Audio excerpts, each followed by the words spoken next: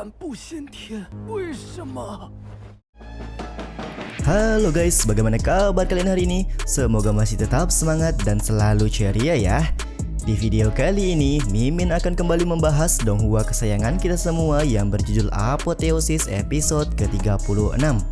Sebelum masuk ke rekap ceritanya, buat kalian yang menonton video ini dan belum subscribe, tolong di subscribe dulu ya guys. Dan jangan lupa nyalain lonceng biar nggak ketinggalan update terbaru dari channel From Zero.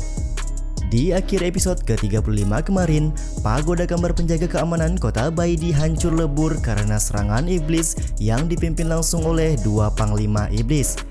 Jenderal Su selaku penanggung jawab dipaksa harus mundur ke kota Baidi serta mengorbankan kereta terbang untuk ditabrakan ke dimensi teleportasi para iblis muncul. Setelah kembali ke kota Baidi, Jenderal Su meminta maaf kepada Jenderal Fei Long sekaligus memberitahukan kalau ada pengkhianatan yang membuat pagoda kembar hancur lebur. Lalu bagaimanakah keseruan di episode kali ini? Langsung saja kita ke rekap ceritanya guys. Di sebuah ruangan aula dewa kota Baidi, terlihat Jenderal Su sedang diadili karena meninggalkan pagoda kembar tanpa izin. Seorang wanita yang juga petugas aula penegak hukum bernama Yan Luo memberitahukan kalau Jenderal Su akan mendapatkan hukuman 100 pukulan menggunakan sebuah tongkat karena kesalahan ini. Jenderal Su terlihat tidak masalah dengan hukuman ini, namun dia juga memberitahukan kalau ada orang yang sudah mensabotase pagoda kembar dan menyebabkan kedua pagoda tersebut menjadi hancur lebur. Jenderal Fei Long langsung merespon dengan mengatakan apakah yang dimaksud oleh Jenderal Su adalah adanya seorang pengkhianat di tengah-tengah kita. Seorang penasehat militer bernama Zuk Qingyun dari keluarga Zuk langsung memberikan saran sebaiknya Jenderal Su dihukum sesuai ketentuan yang ada untuk saat ini. Namun bagi Jenderal Fei Long, Jenderal Su terpaksa mundur untuk menyelamatkan banyak pasukan karena kekuatan kota Baidi yaitu pagoda kembar sudah hancur. Jadi untuk kali ini kesalahan dari Jenderal Su bisa dimaklumi dan tidak akan mendapatkan sebuah hukuman. Jenderal Fei Long yang khawatir perang dengan iblis yang semakin dekat memerintahkan Zuk Qingyun untuk menjadi penanggung jawab yang akan mencari tahu siapakah pengkhianat di dalam kota Baidi. Sementara bagi Yan Luo, hukum militer kota Baidi tidak bisa dilanggar dan dengan alasan apapun Jenderal Su tetap akan mendapatkan hukuman kali ini. Dengan tegas Jenderal Su menyatakan sangat siap untuk menerima hukuman dan segera pergi untuk melaksanakan hukuman tersebut. Nah ini baru guys jenderal yang bertanggung jawab, nggak seperti jenderal di negara Wakanda ya guys ya. 许修擅自弃守要塞，应罚100军棍。从内部被扰乱，双塔也不会失守。军中出了内奸，何不让许修将军？妖军直逼白帝城，军棍就免了吧。是，我现在就去领军棍。 Beberapa saat kemudian di dalam kota Baidi, pengumuman bahwa adanya seorang pengkhianat sudah ditempel oleh pasukan dan bagi siapapun yang berhasil menemukan pengkhianat ini nantinya akan diberikan sebuah penghargaan. Zhou Qianning yang sedang bersama dengan Luo Zhang heran kenapa bisa manusia mengkhianati ras mereka sendiri. Sementara bagi Luo Zhang menurutnya siapapun bisa berkhianat jika sudah ditawari sebuah godaan yang cukup besar. Tiba-tiba saja, Zuk Qingyun selaku ketua penanggung jawab penyelidikan menghampiri Luo Zhang dan Zhou Qianning dan tanpa penjelasan langsung hendak membawa Luo Zhang untuk diinterogasi. Zhou Qianning lantas mempertanyakan kenapa Luo Zhang hendak dibawa tanpa alasan yang cukup jelas. Zuk Qingyun menjelaskan bahwa dia mendapat perintah Jenderal Fei Long menjadi penanggung jawab penyelidikan, jadi sebagai orang yang bertanggung jawab, dia mencurigai Luo Zhang sebagai orang yang sudah berkhianat. Sementara bagi Luo Zhang, dia tidak menyangka bahwa akan kembali bertemu dengan salah satu anggota keluarga Zuk, serta mempertanyakan atas dasar apa Zuk Qingyun tiba-tiba ingin membawanya. Zuk Qingyun menjelaskan kalau dia mendapat sebuah laporan dari seorang murid bahwa selama di hutan Chanqiong, Luo Zhang diselamatkan oleh ras iblis serta tidak mungkin dengan ranah inet setengah langkah yang dimiliki oleh Luo Zhang sekarang, dia bisa membunuh beberapa jenderal iblis yang ada di hutan Chanqiong. Dengan laporan ini, kemungkinan Luo Zhang bersekongkol dengan ras iblis, sementara bagi Zhou Qianning, Luo Zhang tidak mungkin berkhianat karena dia mengorbankan nyawa untuk menyelamatkannya di hutan Chanqiong. Lagi pula menurutnya, kenapa hanya Luo Zhang sendiri yang dicurigai sebagai pengkhianat, sementara pada saat di hutan Chanqiong dia selalu bersama dengan Luo Zhang. Sambil tertawa tipis, Zhuge Qingyun menjawab kalau keluarga dari Zhu Qianning cukup terkenal dan setia pada kota Baidi, jadi tidak akan mungkin untuk berkhianat. Di sini Zhuge Qingyun hanya menjalankan perintah dan jika Luo Zeng memang tidak bersalah, dia hanya perlu membuktikannya pada saat diinterogasi. Luo Zeng pun tanpa ragu menyetujui perkataan Zhuge Qingyun untuk ikut di dalam pemeriksaan kali ini. Bagi Zhu Qianning, perginya Luo Zeng ini meninggalkan sedikit kekhawatiran baginya, di mana dia mengetahui kalau Luo Zeng dan keluarga Zhuge memang berselisih, dan untuk kali ini sepertinya Zhuge Qingyun memang mencari masalah dengan Luo Zeng. Atas hal itu, Zhu Qianning kemudian berniat untuk mencari bantuan karena takut terjadi sesuatu kepada Luo Zeng. 投靠妖族，带走。你又凭什么怀疑我呢？经同门举报，他是半步先天的外门弟，与妖族同谋的嫌疑。我当时也在场。清者自清，我愿意配合调查。走吧。之前听师弟们说，诸葛家一向睚眦必，我该去找人帮忙。 Singkat cerita, di kediaman Zhuge Qingyun, Luo Zeng mulai akan dicecar beberapa pertanyaan. Luo Zeng menjawab kalau dia tahu karakter dari keluarga Zhuge, jadi dia menyuruh Zhuge Ye untuk keluar saja daripada terus bersembunyi di belakang Zhuge Qingyun. Zhuge Ye kemudian keluar serta meminta keterampilan penyulingan senjata yang sebelumnya didapatkan oleh Luo Zeng, dan jika Luo Zeng tidak mau menyerahkan keterampilan tersebut, Zhuge Ye memastikan kalau dia akan mati mengenaskan. 出来吧，把炼气宗法交出来，我让你死无全尸。 Luo Zeng yang paham kalau interogasi ini hanyalah akal-akalan keluarga Zhuge saja, langsung melepaskan diri dari tekanan yang digunakan untuk interogasi. Tanpa diduga, di sini Zhuge Qingyun langsung mengeluarkan cermin cahaya 9 bagian untuk melakukan serangan kepada Luo Zeng.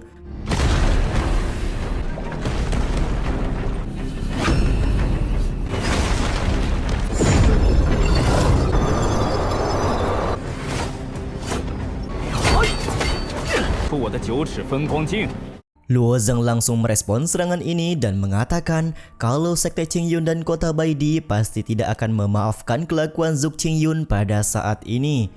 Dengan santuinya, Zhuge Qingyun menjawab setelah hari ini tidak akan ada lagi orang yang peduli tentang keberadaan dari Luo Zeng. Dengan begitu dipastikan bahwa Zhuge Qingyun berencana membunuh Luo Zeng di tempat ini.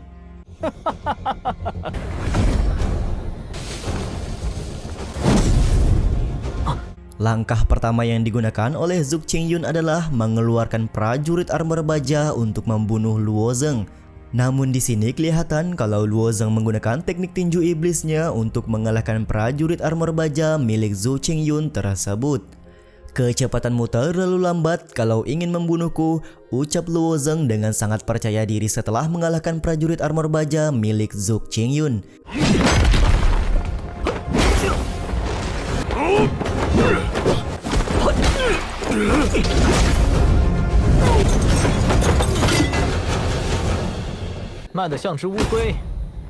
Namun siapa sangka ternyata hancurnya armor baja dipergunakan oleh Zhuge Qingyun untuk menjebak Luo Zeng di dalam armor baja ini. Luo Zeng yang terjebak di dalam armor baja menyadari kalau dia sudah ceroboh karena sedari awal armor baja ini memang bukan untuk membunuhnya, melainkan hanya untuk menjebaknya saja.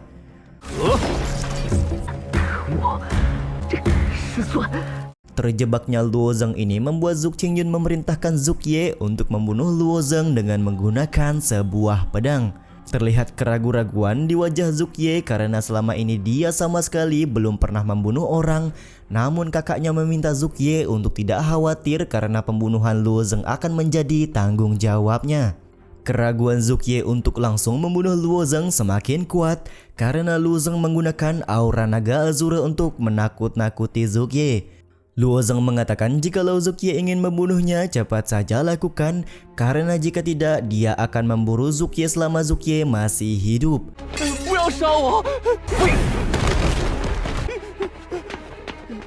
Zhuge Qingyun lantas kecewa dengan adiknya tersebut dan segera menyuruhnya untuk segera pergi sembari berkata, jika seluruh orang di keluarga Zhuge pengecut sepertimu, kapan kita akan berkembang? Zhou Qingyun juga berbicara kepada Luo Zheng setelah dia menyingkirkan Luo Zheng pada saat ini. Zhou Qingyun akan melanjutkan kerjasamanya dengan ras iblis dan menjadikan keluarga Zhou menjadi keluarga terkuat untuk saat ini. Mendengar hal ini tentu saja membuat Luo Zheng menyadari kalau Zhou Qingyun lah yang sudah berkhianat dan menyebabkan kekuatan utama kota Baidi yaitu pagoda kembar menjadi hancur lebur. Menurut Zhou Qingyun, yang kuat akan selalu memangsa yang lemah dan itu adalah sebuah hukum rimba. Untuk saat ini dia hanya mengikuti ras yang lebih kuat, yaitu ras iblis yang akan menjadikan keluarga Zhou lebih terpandang ketimbang sekarang. Tidak ingin banyak bicara lagi, Zhou Qingyun akan segera membunuh Luo Zheng dengan kekuatannya.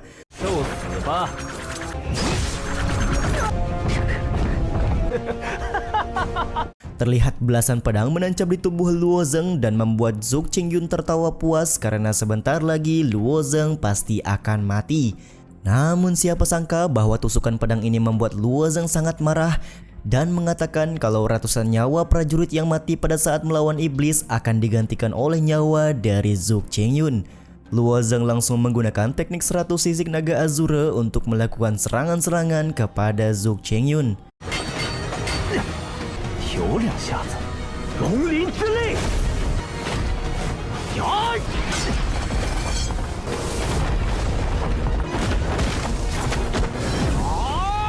赤分攻击。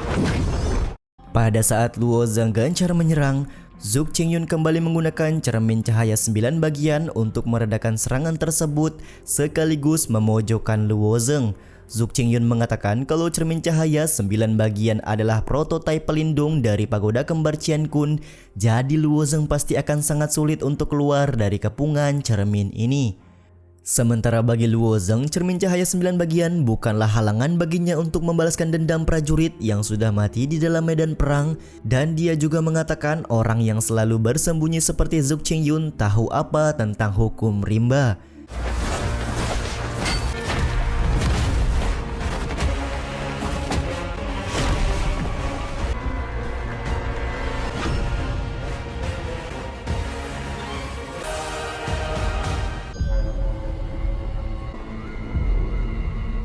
Mereka berdua kemudian saling diam dan berencana sama-sama akan melakukan serangan terakhir untuk menentukan siapakah pemenang di pertarungan kali ini.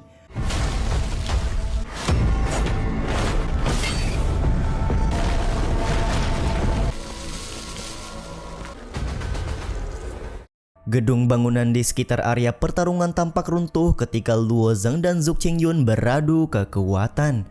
Luo Zheng sendiri kelihatan terluka karena mengeluarkan darah dari mulutnya efek serangan dari Zhou Qingyun. Sebaliknya, Zhou Qingyun masih kelihatan sehat dan berencana untuk membunuh Luo Zheng serta mendapatkan keterampilan penyulingan senjata yang dia miliki. Pengkhianatan bajingan sepertimu, jangan berharap bisa berhasil mendapatkan keterampilan tersebut, ucap Luo Zheng.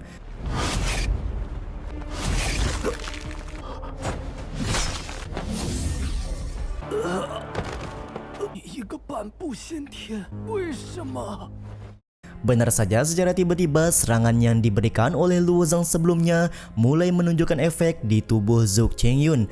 Zhou Qingyun juga merasa heran kenapa Luo Zheng yang hanya berada di ranah inet setengah langkah bisa mengalahkan dirinya yang sudah berada di ranah inet tahap akhir. 为什么？诸葛军师， Bersamaan dengan itu, tiba-tiba saja datang Jenderal Su yang mengira bahwa Luo Zheng sudah berkhianat dengan bersekutu dengan ras iblis serta membunuh penasihat militer mereka yaitu Zhou Qingyun. Jenderal Su yang kelihatan sangat marah mengatakan kalau kejahatan Luo Zheng ini tentu saja tidak bisa termaafkan. Waduh, salah paham nih Jenderal Su. Salah pahamnya Jenderal Su ini juga sekaligus menutup episode kali ini guys ya. Kita akan membahas sedikit spoiler di akhir episode di mana diperlihatkan dua panglima iblis kelihatan berbeda pendapat mengenai kerjasama mereka dengan umat manusia. Sementara itu, Jenderal Su yang sudah mengira kalau Luo Zheng adalah pengkhianat melakukan serangan-serangan ke arah Luo Zheng, dan siapa yang menyangka di sini Luo Zheng berhasil melukai Jenderal Su dengan kemampuan yang dia miliki. Beberapa saat kemudian datang Yan Luo yang memperingati Luo Zheng bahwa dia sudah melakukan pelanggaran berat karena membunuh Zhuge Qingyun serta melukai Jenderal Su. Dan menurut peraturan yang berlaku, Luo Zheng sudah pantas untuk mendapatkan hukuman mati. Oke, sampai di sini dulu video kali ini. Mohon maaf jika masih banyak kekurangan dan kesalahan dalam penyampaian kata-kata ya. Terima kasih buat kalian yang udah nonton dan jangan lupa subscribe serta nyalain loncengnya ya guys. Saya selaku penulis narasi, tukang voiceover dan tukang edit video pamit undur diri. Salam hangat, see you in the next video. Bye bye.